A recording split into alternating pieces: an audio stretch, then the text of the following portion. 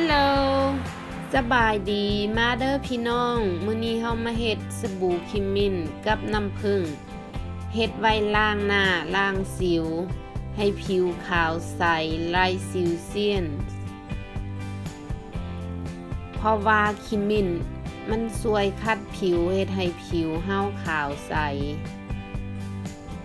แล้วก็น้ำผึ้งมันก็ช่วยเฮ็ดให้ผิวเฮาอ่อนนุ่มน้ำหมากนาวมันก็มีวิตามินซีซึ่งช่วยให้ผิวเฮาแข็งแรงสดใสถ้าผู้ใดมีปัญหาเรื่องสิวฟ้าลองเฮ็ดสบู่แบบนี้ใส่ลองเบิ่งเด้อพี่น้องวิธีเฮ็ดก็ง่ายๆบ่ยากเฮาไปเบิ่งวิธีเฮ็ดกันเลยส่วนผสมค่อยเขียนอยู่ข้างรุมเด้อพี่น้องค่อยเขียนอยู่กล่องวิดีโอนี่แล้วลงไปกดเบิงเด้อถ้าผู้ใดจะลองเฮ็ดสบู่นี้ใส่ลองเบิงนะอันนี้แม่นสบู่แบบเบสโซปนะแบบพื้นฐานมันเฮาต้องมีสบู่มันบ่อันนี้กับสบู่ค่อยจะเอามาเฮ็ดสบู่คิมินหั่นค่อยเอาน้ำใส่หม้อข้างแล้วก็เปิดไฟปะไว้เอี่ยวสบู่มาซอยเวลาเราจะซอยอันนี้เขาเปิดน้ำใส่หม้อไว้เพื่อว่ามันจะแหลมเวลาเขาซอยแล้วมันจะได้ฮ้อนแล้วก็เอาใส่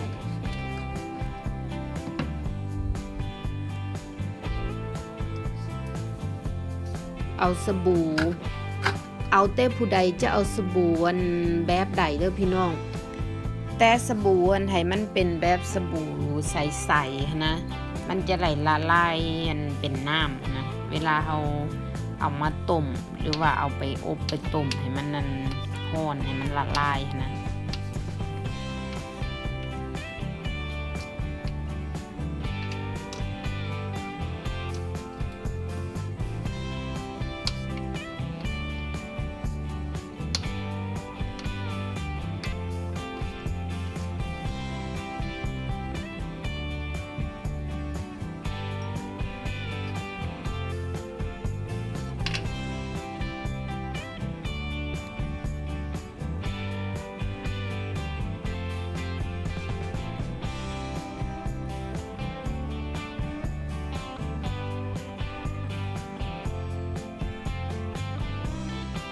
เห็นอยู่ว่าสบู่นี่มันขาวพุ่นน่ะ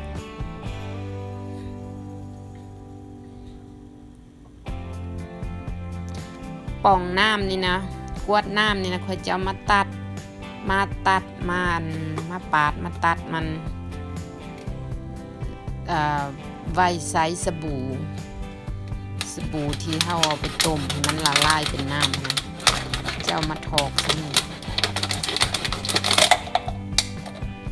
ให้มันเป็นก้อนสบู่นะเทาะใส่นี่แล้วก็ป้าไว้ให้มันเย็น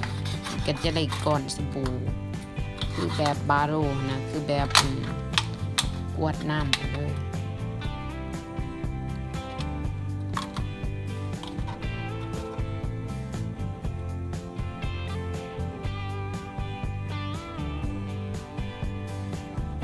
ปองโอ้นี่มะนาว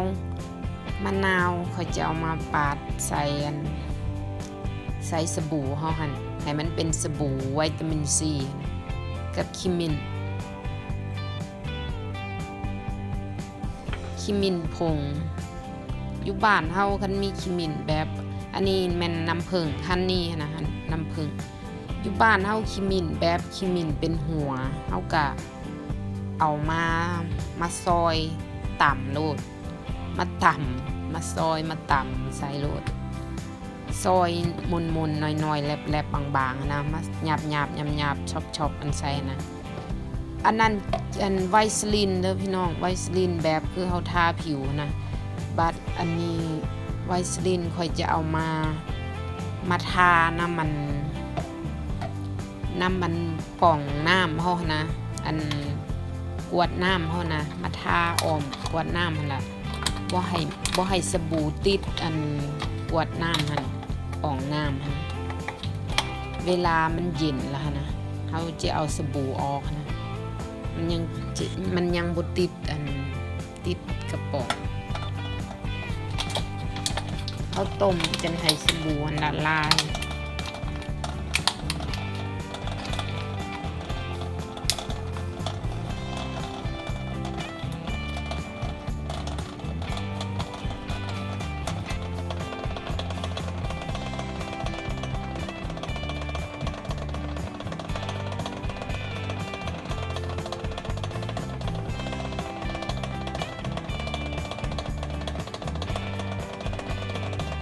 คนมันแน่หน่อยหนึ่งคนให้มันละลายพร้อมกัน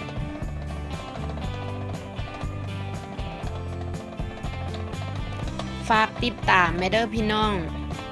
วิดีโอหน้าข่อยจะมาเฮ็ดสบู่แบบสบู่เปลือกมากนาวนะสบู่กาลุดนะสบู่แครอทนะมันรับกินโตมันสวยรับกินโตแล้วก็สวยให้ผิวขาวใสนะพอแครอทมันก็เฮ็ดให้ผิวมันบำรุงผิวเฮาเนาะมะนาวมันก็แบบมันขาเสื้อพยาธิอีหยังพวกนั้นนะมันรับสวยรับกินโตอันนี้เฮาต้มแล้วล่ะค่อยก็จะเอาเมาส่วนผสมใส่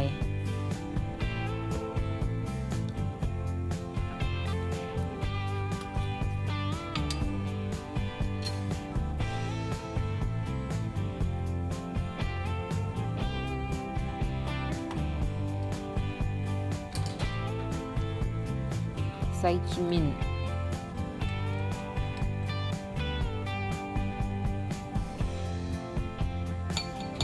ค่อยใส่ขมิ้นบวงกาแฟหนึ่งถ้าไผอยากรู้รายละเอียดนะกดเบิ่งอยู่ข้างรุมวิดีโอนี่แล้วพี่น้องค่อยเอาค่อยเขียนสูตรมันอยู่รุมอยู่กล่องวิดีโอใส่น้ำผึ้งกับบวงกาแฟหนึ่งน้ำผึ้งหั่นแบบน้ำผึ้งสดๆนะแบบน้ำผึ้งบ่มีน้ำตาลปนอีหยังนะน้ำผึ้ง 100%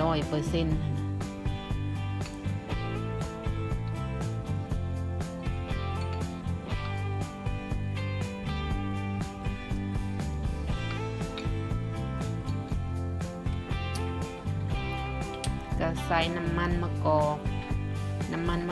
มันก็สวยบำรุงผิวแต่กี้ข่อยก็บ่เคยใส่น้ำมันทาหน้าเทื่อบาดข่อยมาศึกษาคนครัวเบิ่งละโอ้ใส่น้ำมันนี่ปานนั้นแบบ Amazing นะแบบมันไผผิวแห้งแบบแห้วนะเป็นห้อยตีนกาใส่น้ำมันนี่ล่ะมันบ่เห็นนะมันสวยก็ใส่มะนาวนำแหน่มะนาวเป็นวิตามินซี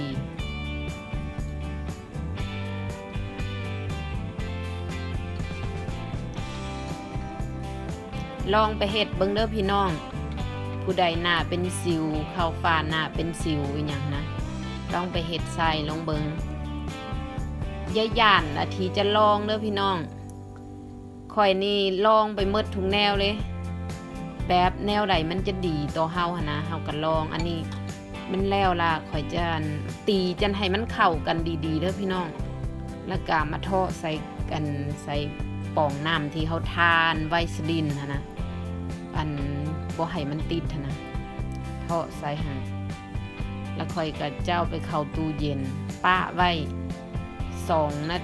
ชั่วโมง 2-3 ชั่วโมงให้มันแห้งนะ2 ชั่วโมง 1 ชั่วโมงให้มันแข็งโตแล้วก็เฮาก็ไหลสบู่มาไว้ล้างหน้าล้างอาบน้ำละได้สบู่ล้างสิวหน้าใสละแต่อย่าลืมมันทานกันแลแต่เด้อพี่น้องบ่ว่าเฮาจะทาหยังหรือจะล้างสบู่ดีซำใดก็เนี่ยแต่ถ้าเฮาบ่ทากันแลดหน้าเฮาไปตาแลดหน้าเฮาก็จะหล่ำจะเข้าฝากคือเก่าอย่าลืมซอกันแลดมาใส่เด้อพี่น้องนะคะมันสำคัญหลายครีมกันแลดโอเคมื้อนี้พอเท่านี้หวังว่าทุกคนจะมักวิดีโอนี้